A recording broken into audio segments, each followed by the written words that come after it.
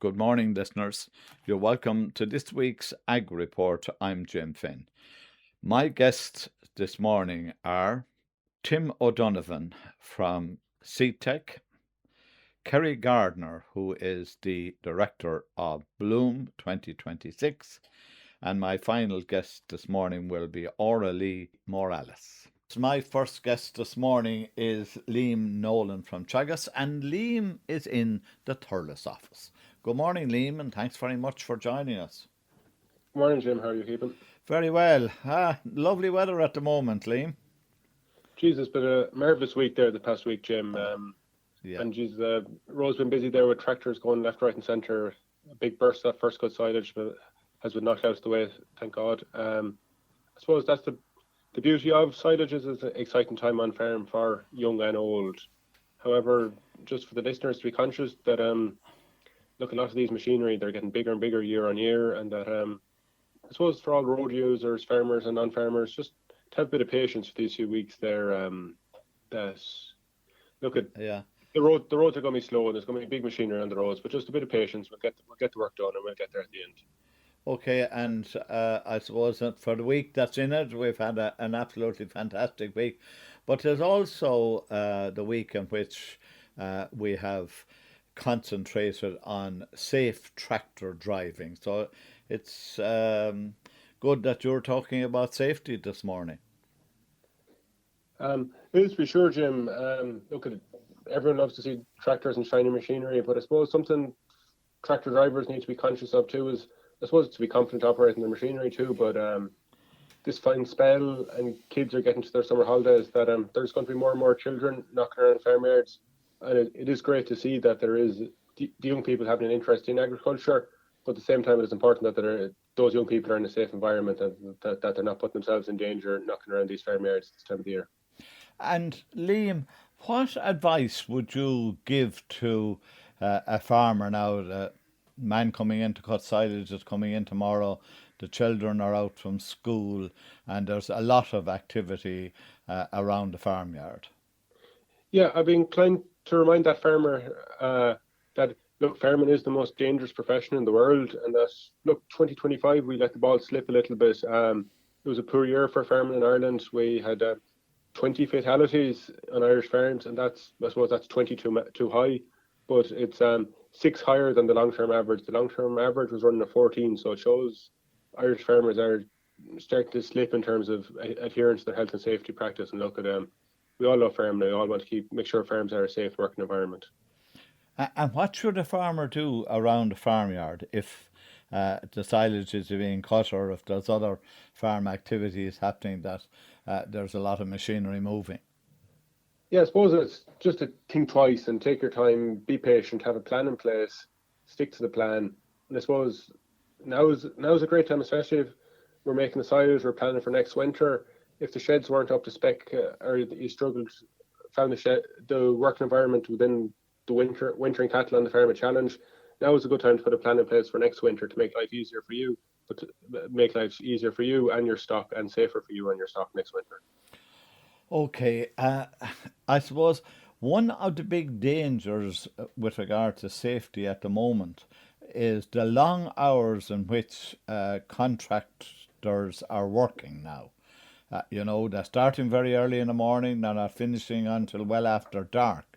So, a fella can't drive a lorry only for X number of hours, but a young person can sit up in a tractor once they're 17 years or 16 years of age, and they can drive for 10, 11, and 12 hours.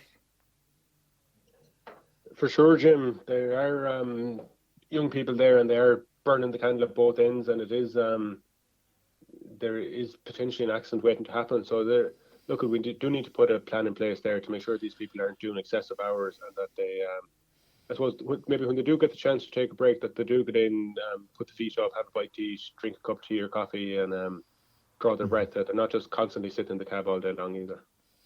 And a big additive then to anybody getting tired, and we know it ourselves from, if we have the day off and it's as sunny as it has been for this week, and it's so hot and warm, you tend to sleep more. You get drowsy, and again, these people are working in cabs. They can be very warm if they don't have air conditioning in them, and it's not in them all. So, as you quite rightly said, it's an accident waiting to happen, isn't it?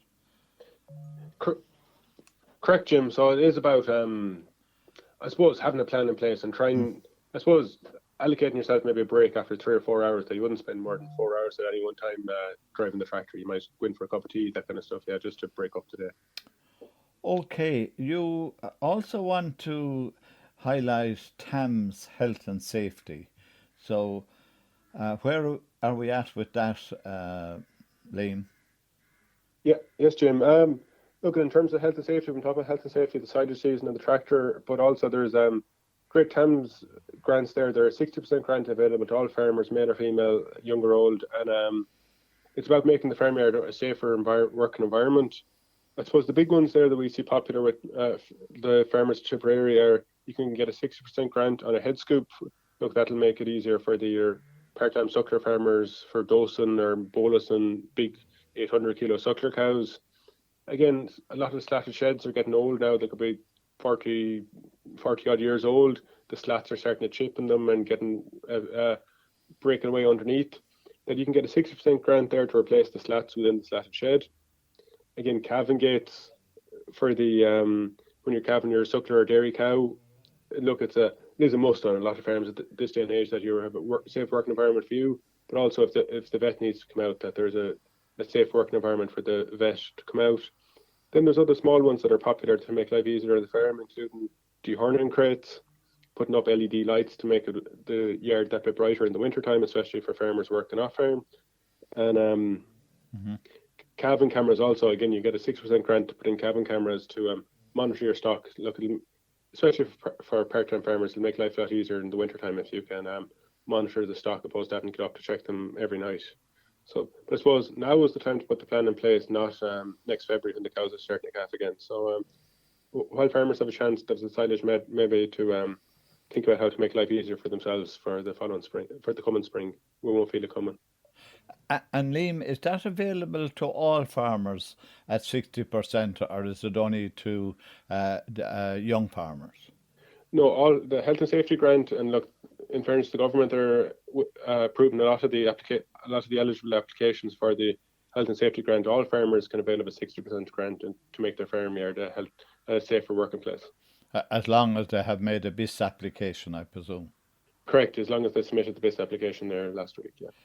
Okay, there's a big event then taking place out in Moyne, the farm walk on the Ryan farm, who won the big award last year. So I suppose say a little bit about that and remind people of when it's taking place.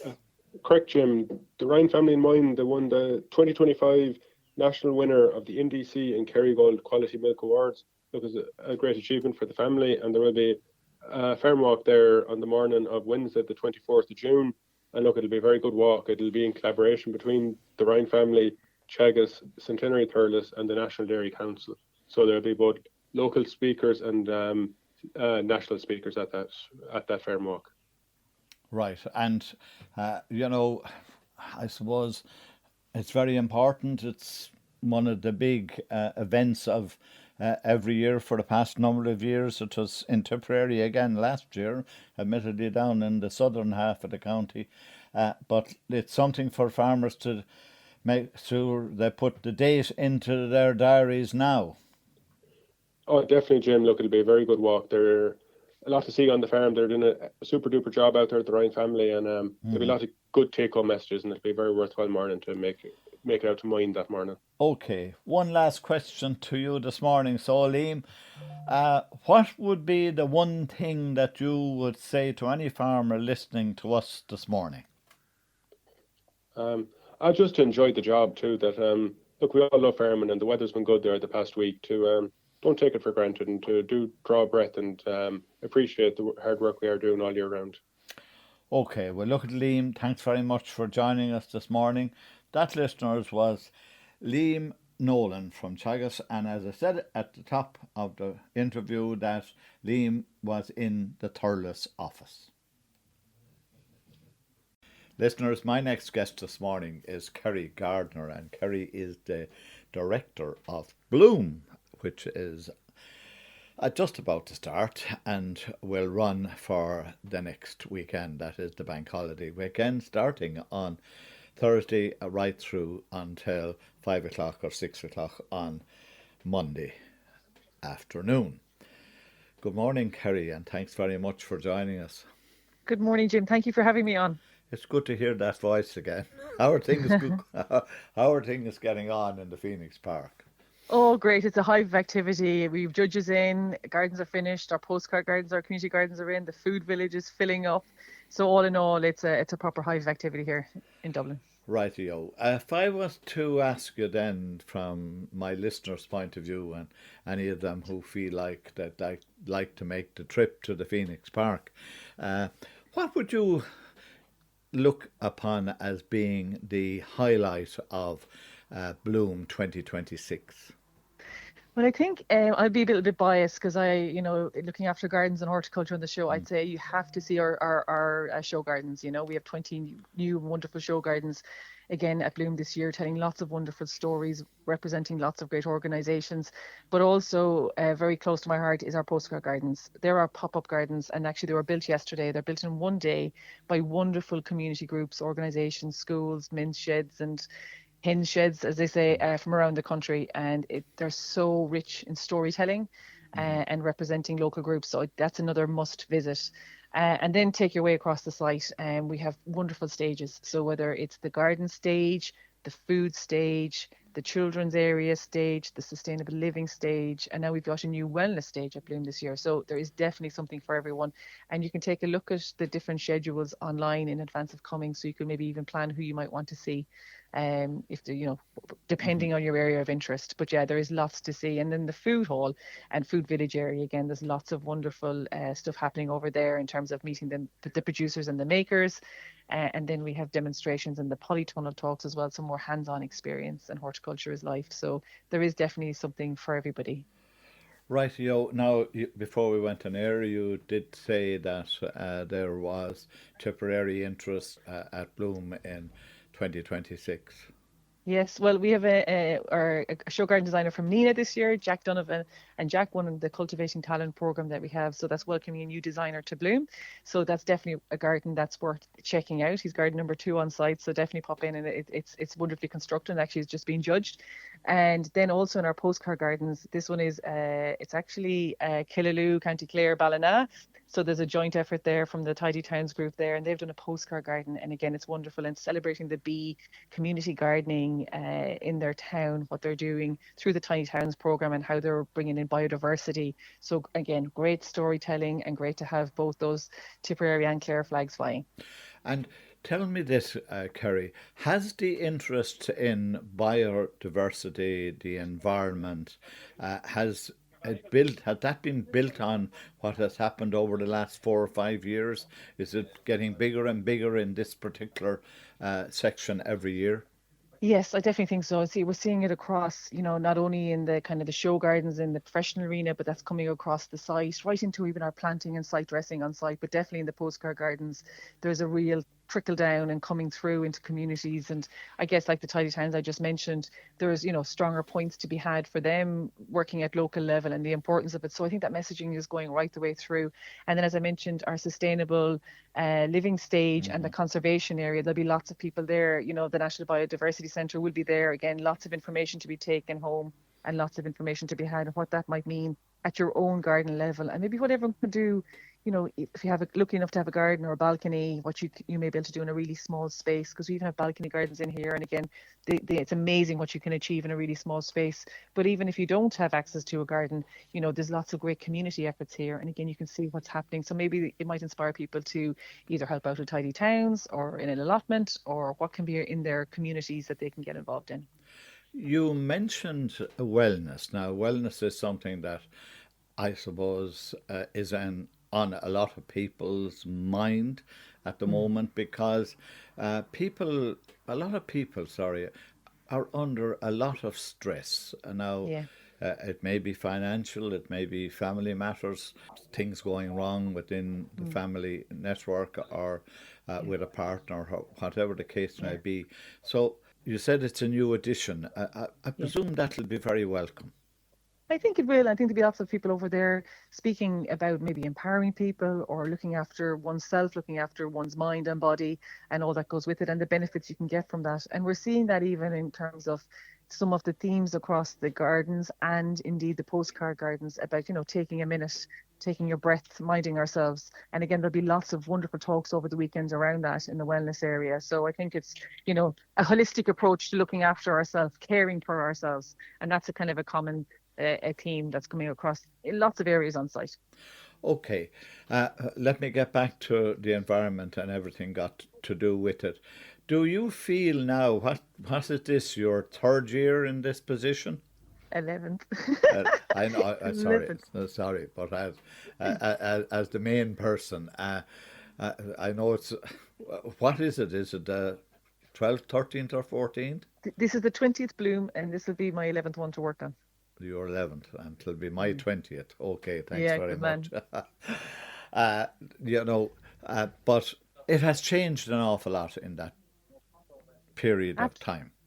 Absolutely, yeah. We're seeing it. You usually see the change maybe coming in the postcard, or sorry, in our show gardens, and then in the kind of professional environment, maybe in response to legislation or in response to, thinking that's in the industry. And then that trickles its way down into when you see it coming in through our community gardens, that, the strong information is getting through and people feel empowered and understanding and that knowledge is being transferred. And, our visitors are, very well up to date, but there's always hungry for more knowledge. And we like to think that we're, year on year coming up with new ideas and pushing that and in a suggestive way. That's what we call take home tips. So people are seeing how things might be that I could do a little bit of that at home. I'm looking across at a balcony garden that's got a dead hedge and some little bird boxes put into it. So, you're creating spaces, and those spaces are invaluable when we allow nature to be, or even, the benefits of having even dead wood in a garden or even a balcony. So it can be showcasing what can be achieved in a very small space. Okay, we're in the middle of Dublin City, or maybe a little bit out from it, but not much, because the city is spreading every single year that I go up. But are you getting the message across to city dwellers of how important the environment is to all of society? I do hope so. And I see it, Fingal County Council are here with a large garden that's focusing around community gardening. And the work that they're doing in Fingal is wonderful. And they have like one of their oldest kind of community gardens, and then some of the newer ones that are coming into stream as well. And it's just showcasing what can be achieved and what's, people are really enjoying growing something, whether that's to eat or whether that's just to admire or give it back to nature. And I do think there is an impact that people feel empowered. And even when we're during the build period, certain people come up to you in the car park and they want to talk about bloom. And even just the other day, this lady was saying to me, I just started last year doing a bit of gardening and I love it. And I've been growing, plants from seed. And, she said I have a young family and I'm she's showing them what can be achieved. So it's just lovely to get that kind of people being inspired to grow whatever it is and building that confidence, because it's not about necessarily perfection and it's not about getting everything right the first time. It's allowing sometimes to be able to fail comfortably and then to try again. And you have your nearest neighbour who is new to Bloom as far as being the person to kick it all off on Thursday morning. I'm quite sure you're looking forward to the new president being your guest of honour. Indeed, we are. We're delighted to be able to welcome the president here on Thursday morning. And as always, it's a great honour. The president is Bloom's patron. And so this will be the first year. So yeah, we're all very excited about that. And we really look forward to welcoming her here in the park. Okay. Park. Okay. Anything else before I let you off? No, did you want to say anything about getting here, maybe on public transport? Yeah, like maybe that? a little bit, make it easier for people who are coming up from the country in particular, and particularly from the south. Yeah. So, I mean, in terms of access to the park, the train service is great and book it in. I know if you're coming from would say the west or southwest, you'll get your train into Euston, and then there's a free shuttle bus on continuously, lots of them running up from Parkgate Street all the way up into the park and drop you off on loops all day. So that's a really, really easy way to access the park. And indeed, if somebody needs to drive, then there is ample parking on site, and you can even book that in advance along with your tickets. Just one thing before I let you go. Absolutely. Can you buy a ticket on site, or do they all have to be bought online? You can buy them on site, but I'd really recommend people buy them online in advance, and then they can plan their outing. But yeah, they can go through quite quickly, but tickets are available on site as well.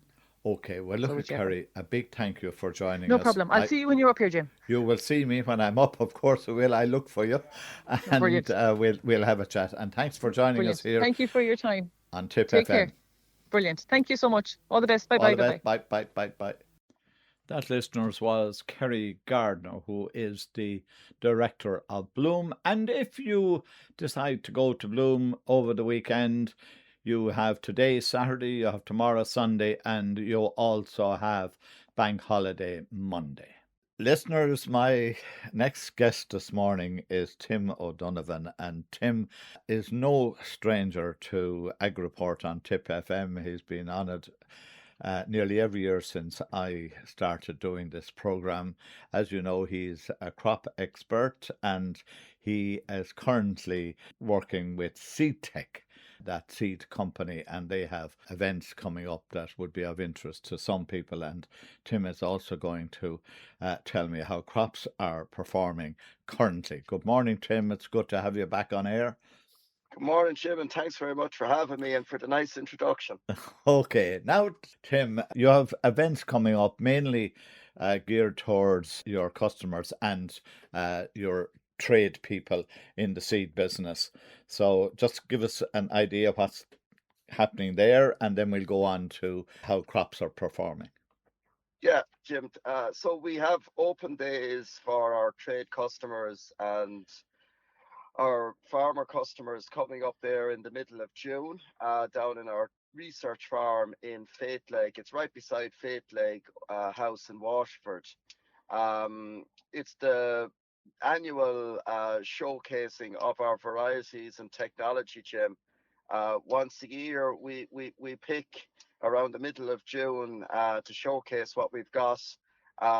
So farmers, advisors, agronomists, people like that are making decisions to decide what varieties to sow in autumn 26 and spring 27, they can see how things look like and have developed.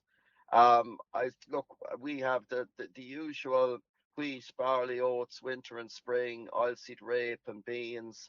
And we also then would have some novel crops on our site, such as rye, spelt, emmer, einkorn. We have, the kind of the wonderful and the rare crops as well, that some people are, we're doing little bits of projects with them, with customers. So we have bakeries and distilleries and breweries that are interested in some of these ancient grains. And we've kind of grown them over the last 8 or 9 years on our trial site to grow samples for people and see how they might take off. I suppose out of those minority crops, Jim, people will be always asking me which is the one that actually might make it or whatever. At the moment, the rye is the one that's nearest to market or is in the market. And there are bakeries that are interested in rye grain, mainly because it has a very good profile, that when you have rye bread, it's good for, overall satiety, or it keeps you a little bit fuller for longer. It's the same, actually. We use rye grains in pig diets. Mm-hmm. And again, satiety, or this feeling of fullness, is important for pigs. And rye has this trait that other grains don't have. Mm-hmm. So when a pig is fed rye, it's more likely to lie down and less likely to be fighting and biting the ears off of the other ones in the pen with them. So we have all those crops, Jim, on show. As well as that, we sow these crops out of season a little bit. So we might sow spring barley in late winter or very early spring. We'll sow winter barley in kind of February, March time. Mm-hmm. We'll do all these things to give people an indication that, look, if there's something goes wrong and they make a mistake or whatever, at least we'll have the information that how the varieties perform, and to give people information that it's not a total disaster maybe in some cases, and things like that can be useful. I remember in 2024 there was a shortage of spring seed, and we had information to show people that if they sowed winter barley right up until the start of March, they were still getting a yield comparable to spring barley, which was basically very useful because there was a shortage of spring barley seed. So look, all of those supplementary bits of information for our varieties we'll have on display as well, Jim, there in June. Okay, so that's your open days, and as you said, basically they're by invitation, and invites will go out to both your customers and Yes. your trade suppliers. Moving on then to where crops are at, as we are now talking at the end of May, in what has been a rather difficult year for farmers, irrespective of Yeah, I mean, of yeah, to be what enterprise they have. yeah, to be fair, Jim, I mean, look, world prices for grains are depressed at the moment relative to the cost of growing a crop. I Hmm. mean, if you were to go back to 2019 and say that we'd be getting, for the next 5 years, we'd be getting €200 a ton there or thereabouts for grain, fellas would be delighted. But what's after happening, Jim, very simply is between the COVID pandemic and the supply chain disruption, and then following on to the Ukraine war, and then following on to the Iran war, the Iranian war, there's been three major disruptions to costs, well, to we'll say disruptive forces Yeah. to the way costs are determined. And overall, if I was to take wheat, barley, and oats, winter and spring, and average the costs from 2020 to 2026, they've gone up by about 46, 47%. Okay, that's Right. an average on machinery, land rent, and labor. And they're the things that are actually causing us the most problem at the moment, because grain prices, fertilizer generally kind of fluctuate together. But when the fixed costs go up, the land, the machinery, the labor, they're the ones that aren't linked to grain prices. And that's what happens when we get a decrease in grain prices like in 25, 26, because of oversupply in the world markets, then the pressure is really on farmers. And I suppose, Jim, all we can say at the moment is that the stocks to use ratio at world grain level looks to be declining.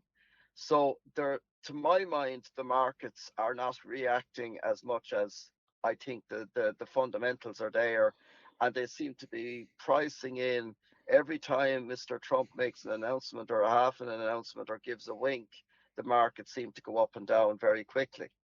But looking forward, there is going to be a reduction in supply of grains on the world market in 26/27, and I think that hasn't been priced in yet. So that's the price side of it. What about crops and how they have been performing?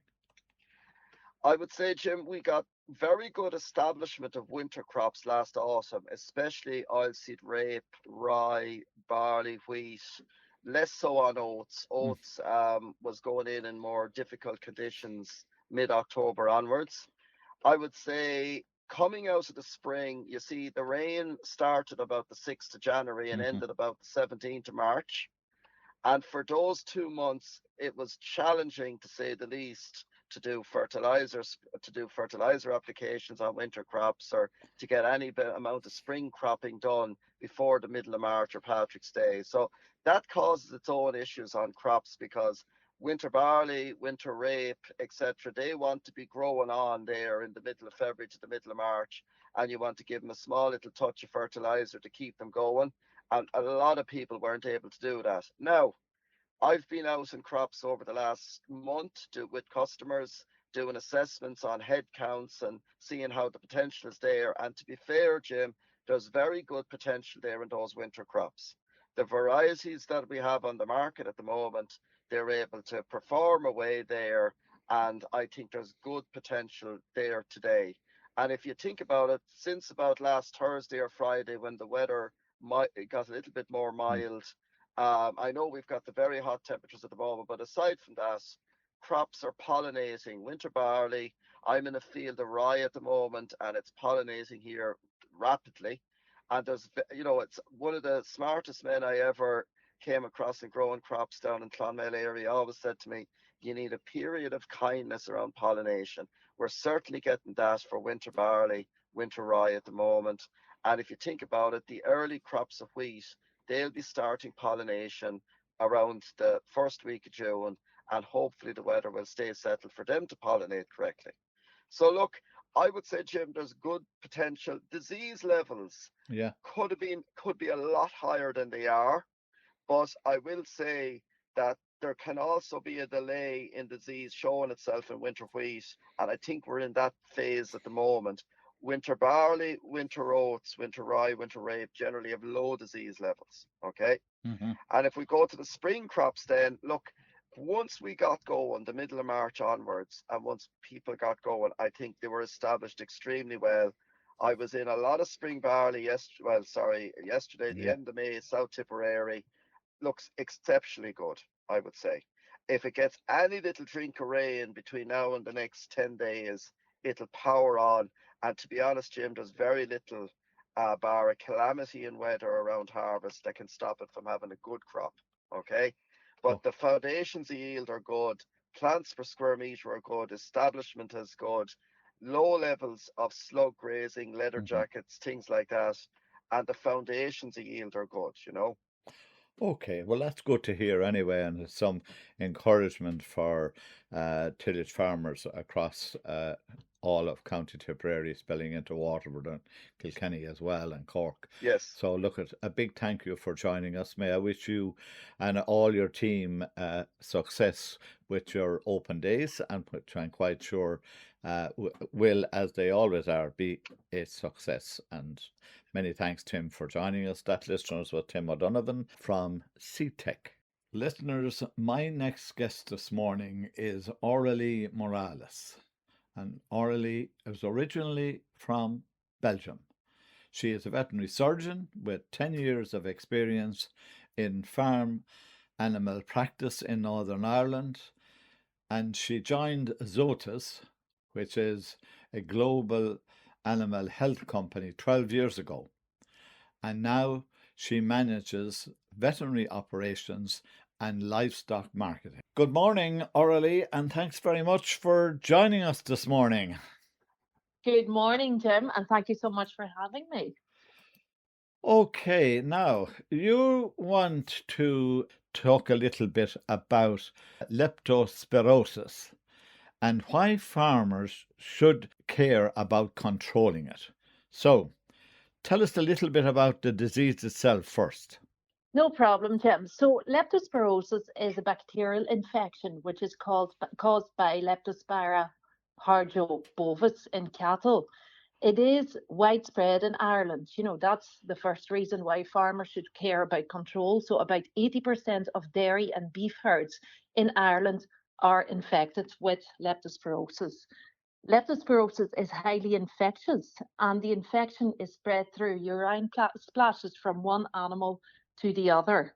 So, on one hand, it can spread from one animal to the other, but if a pregnant cow is infected, she can also transmit the infection to her fetus across the placenta, which would then result in weakly calves that are born infected and spread the disease to their comrades. There's many economic losses associated with leptospirosis, mainly due to infertility. So certainly this time of the year, Jim, farmers will be concerned about that. But later in the year, abortions might occur, and milk yield losses can be associated with leptospirosis as well. And with relation to abortions, these typically occur 3 to 12 weeks after infection. So cattle may pick up the infection now, and then maybe not until for another 12 weeks. So in the last quarter of their pregnancy, they might be aborting at this point in time. Every year in Ireland, leptospirosis is still diagnosed on postmortems of aborted fetuses in our local labs, and certainly more recently, we've heard vets reporting cases of infertility with leptospirosis in heifers of unvaccinated herds as well. And then additionally, and I think this is a really important aspect, Jim, is that leptospirosis carries a zoonotic risk. meaning that it can spread to humans, which is another reason why farmers should care about its control. Okay, so that's to care about it. So you mentioned there then that humans can contact the disease. And what are the symptoms in the human So, person? yes, as I said, leptospirosis is a zoonotic disease, and humans can contract disease through urine splashes. For example, in the milking parlor, we've all been there. Mm-hmm. Something happens, and the organism persists in urines for over a year in the kidneys of infected cows. So, therefore, these organisms in infected cows will be found in their urine, and they can actively penetrate mucous membranes through the mouth, the nose, and also the conjunctiva around the eyes, and infect humans or other cattle in this way. And then in terms of symptoms, you're talking about symptoms of Weil's disease, if you've heard of that one, Jim. And typically symptoms in humans can be mild, such as headaches and flu-like symptoms, but they can also be severe and affect major organs, such as kidneys, lungs, heart, and liver. And it can even cause neurological symptoms. And in rare occasions, it may even result in death.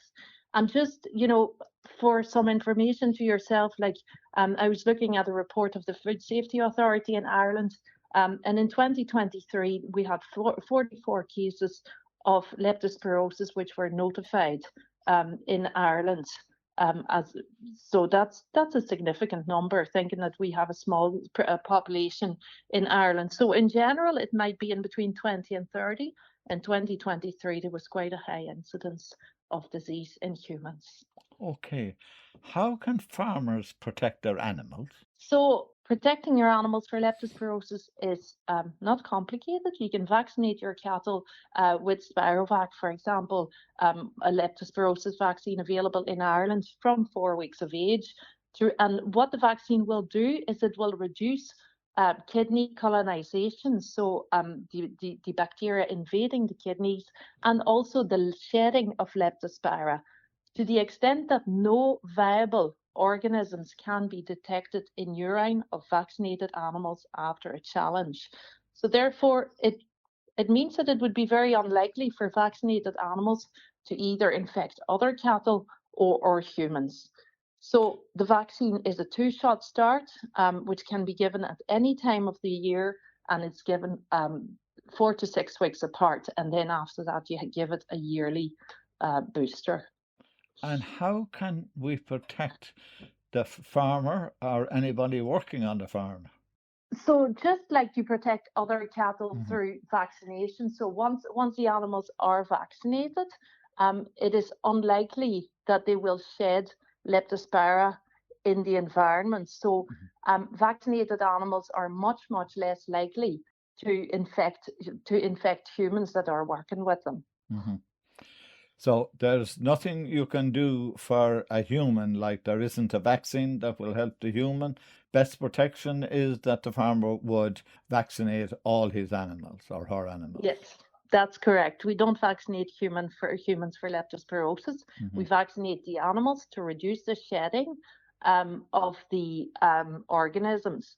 And that way we can reduce the pressure in the environment and the likelihood that the humans become infected. Now, Aurelie, most farmers would associate vaccination against leptospirosis would be done in the springtime. Now, you mentioned earlier that it can be done at any time. So can farmers still vaccinate at this time of the year? Yeah, really good question, Jim. So, for many years, vaccination for leptospirosis was done in the spring. And some vaccines that were available in the past would have required you to give a booster prior to breeding. So most of the vaccine was used in March, early April. Additionally, typically the spring, it's moist, it's warm, and those conditions are conducive of the survival of leptospiras in the environment. So therefore, in general, most cows and heifers are vaccinated in March and April. And then until recently, there were 2 licensed vaccines available in Ireland. But last year, one was suddenly withdrawn. And as a consequence, many farmers, unfortunately, this year have struggled to maintain their vaccination programme. We have worked really hard at Zoetis and made every effort to ramp up production of vaccine, of Spirovac.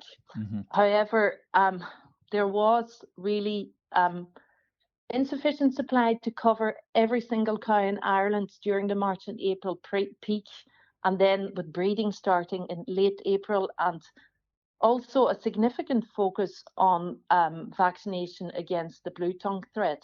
Many farmers have not yet vaccinated for lepto this year. And one of the things that we hear, Jim, is that practicing vets are concerned that whilst farmers have invested heavily in blue tongue protection, endemic diseases such as leptospirosis are being deprioritized. And one of the things that I heard just there last week was an 800 cow herd where the farmer had spent €26,000 on vaccinating against blue tongue.